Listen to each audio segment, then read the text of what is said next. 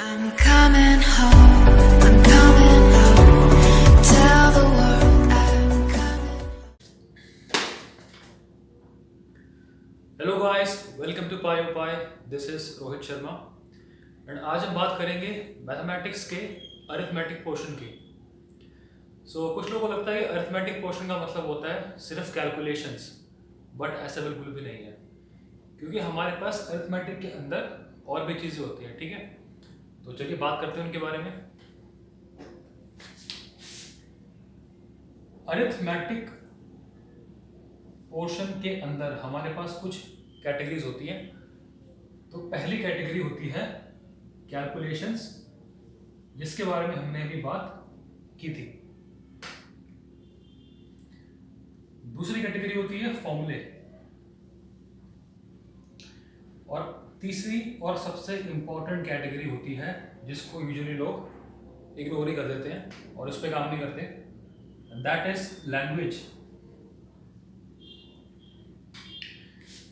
तो बात करते हैं इनका कितना कितना रोल होता है अरिथमेटिक के अंदर।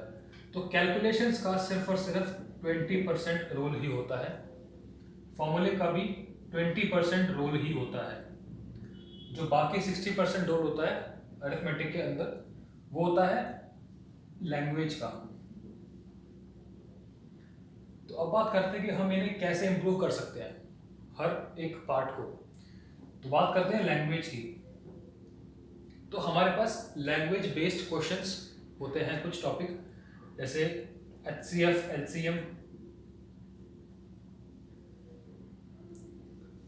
और let's say time and distance, time and work, और पे हमारे पास कुछ टॉपिक्स होते हैं।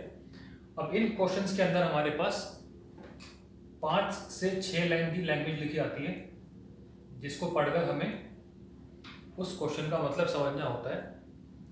और ऐसे क्वेश्चंस को करने का बेस्ट तरीका होता है कि आपकी लैंग्वेज पर कमांड बहुत अच्छी होनी चाहिए। लैंग्वेज से मेरा मतलब सिर्फ इंग्लिश नहीं है, जो लोग हिंदी मीडियम से हैं वो भी इन टेक्निक्स को फॉलो कर सकते हैं।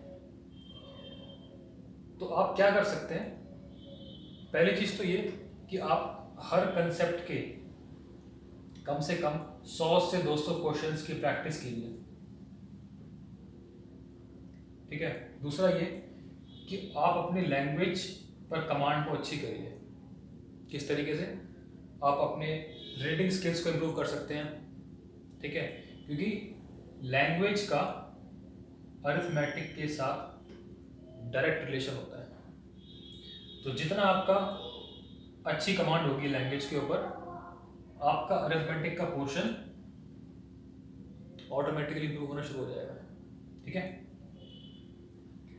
तो आप कम से कम 100 क्वेश्चंस की प्रैक्टिस कीजिए और आप अपनी लैंग्वेज पर कमांड अच्छी कीजिए। फिर आते हैं फॉर्मूले पे। तो फॉर्मूला बेस्ड क्वेश्चंस के अंदर तो आपका क्या करना पड़ेगा, आपको उनके फॉर्मूला डायरेक्टली करने पड़ेंगे याद। फॉर एग्जांपल, अगर मैं बोलूँ कि find the integration of sine x dx, तो इसके अंदर आपको सिर्फ और सिर्फ इसका फॉर्मूला आना चाहिए और इसको सॉल्व करने का तरीका आना चाहिए। ठीक है, यहाँ पर लैंग्वेज का और कैलकुलेशन का कोई रोल नहीं होता ऐसे क्वेश्चंस में। ठीक है, अब बात करते हैं कैलकुलेशंस की। तो कैलकुलेशन पार्ट को आप कैसे इंप्रूव कर सकते हैं, तो इसके लिए हमारे पास कुछ टूल्स होते हैं, कुछ फंडामेंटल चीज़ें होती हैं जिन्हें आपने अच्छे तरीके से याद कर लिया, तो आई कैन गारंटी यू कि आपका जो कैलकुलेशंस करने का तरीका है वो ड्रास्टिकली इंप्रूव होने वाला है। ठीक है, तो बात करते हैं वो कौन से टूल्स हैं।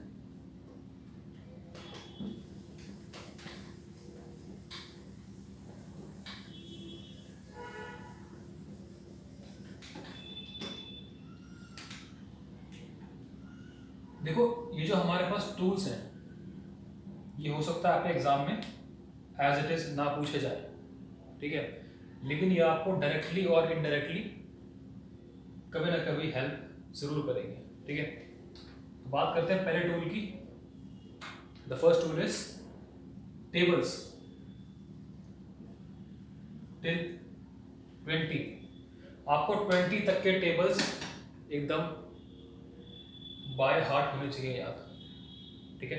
फॉर एग्जांपल अगर मैं आपको बोलूँ 16 8 जा बोलो 128, 17 7 जा 119, 19 8 जा 152, या फिर यू कैन से 14 8 जा 112, ठीक है, इस तरीके से। तो आपको बिल्कुल भी टाइम नहीं लगना चाहिए कोई भी टेबल्स के मल्टीपल निकालने के अंदर, ठीक है। Next tool is squares till 50। आपको कम से कम 50 तक के स्क्वायर्स होने चाहिए याद।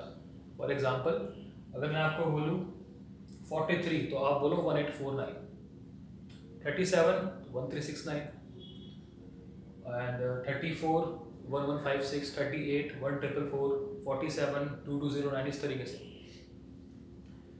तो हमारे पास स्क्वायर्स निकालने की ट्रिक होती है वैसे तो, ठीक है, लेकिन आई वुड सजेस्ट कि आप उस ट्रिक्स के चक्कर में ना पड़े, आप इनको डायरेक्टली याद कर लें, ठीक है।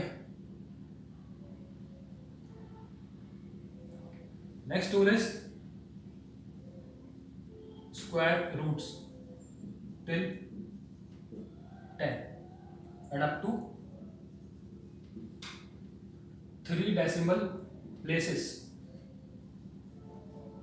फॉर एग्जाम्पल अगर मैं आपको बोलूँ √10 तो आप बोलो 3.162, √8 तो 2.828, रूट यू कैन से √5 2.236, √7 2.646, इस तरीके से, ठीक है। Next tool is cubes till 30।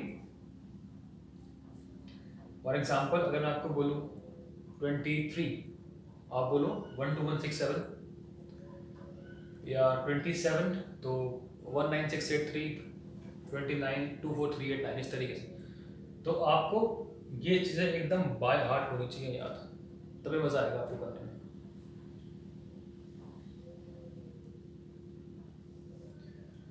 देखो क्यूब रूट्स यूजुअली काम नहीं आते हमारे, अगर क्वेश्चन में आता भी है तो यूजुअली क्वेश्चन में गिवन होता है वैसे तो, बट अदरवाइज ये यूज में नहीं आते, ठीक है।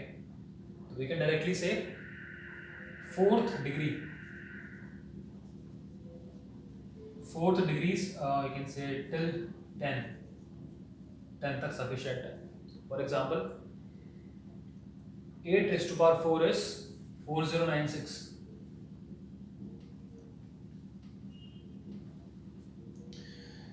देखो अगर आपने ये वाला स्टेप अच्छे से परफॉर्म कर लिया है तो आपका ये स्टेप तो ऑटोमेटिकली हो ही जाएगा, क्योंकि अगर मैं बात करूँ 6 की पावर 4 की तो इट इज इक्विवेलेंट टू 36 का स्क्वायर, जो कि आप इस स्टेप में याद कर चुके हैं,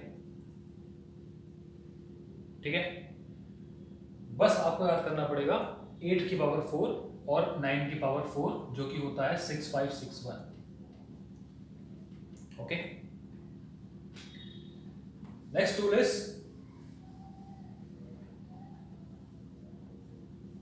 फैक्टोरियल्स टिल 10। आपको 10 तक के फैक्टोरियल होने चाहिए यार, ठीक है। अब जिसको नहीं पता कि फैक्टोरियल्स क्या होता है, जो अगर वीडियो कोई बच्चा देख रहा है जो लाइक 11th से छोटी क्लास का बच्चा है, तो फैक्टोरियल का मतलब होता है किसी भी नंबर से 1 तक जाना एक एक कम करते हुए और सब नंबर्स को आपस में मल्टीप्लाई करते हुए। तो फैक्टोरियल का सिंबल होता है इस तरीके से,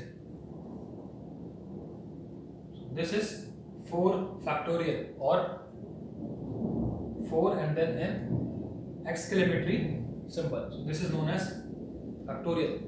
तो अगर बात करें 4 फैक्टोरियल की तो इसका मतलब होगा 4 से 1 तक जाना एक एक कम करते हुए और आपस में मल्टीप्लाई करते हुए। तो 4 into 3 into 2 into 1, और factorial is defined for natural numbers only, ठीक है। तो ये आंसर आएगा 24। तो इस तरीके से आपको 10 तक के फैक्टोरियल्स याद होने चाहिए। यूजुअली हर एक को 5 तक के होते हैं यार, ठीक है।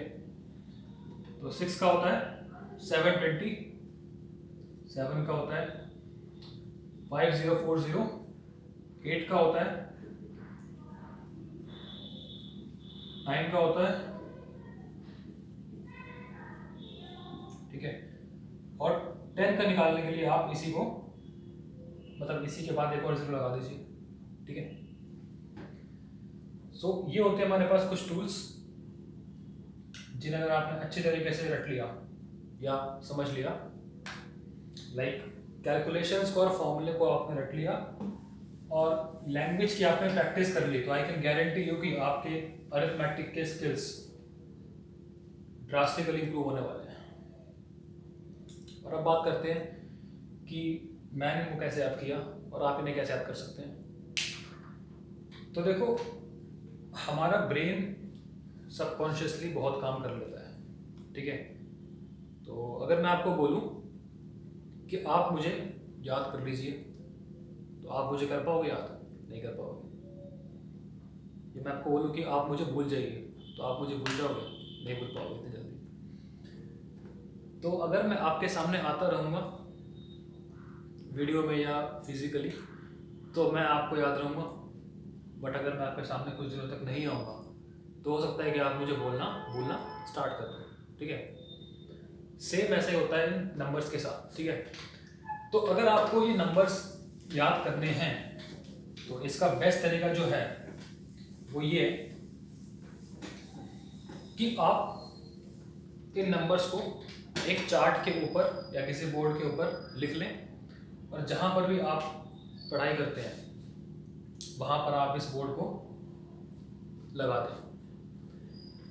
तो अगर आप इन नंबर्स को कुछ देर में या निकलते जाते फिरते अगर आपने देखते रहेंगे, तो आपको सबकॉन्शियसली वो नंबर याद होने शुरू हो जाएंगे। आपको कुछ नहीं करना, it's as easy as it is, ठीक है।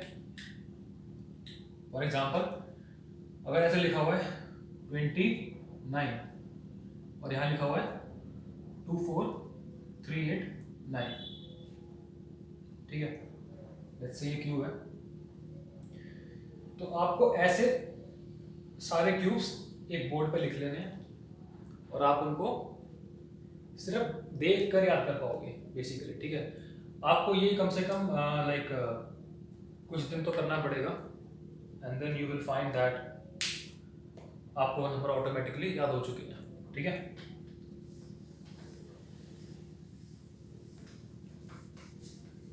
और आप फिर कॉन्फिडेंटली ऐसे बोल पाओगे कि ये नंबर, यू कैन से, मैं नंबर को भूल जाऊं ऐसा हो नहीं सकता, और ये नंबर मुझे भूल जाए ऐसा मैं होने नहीं दूंगा, ठीक है।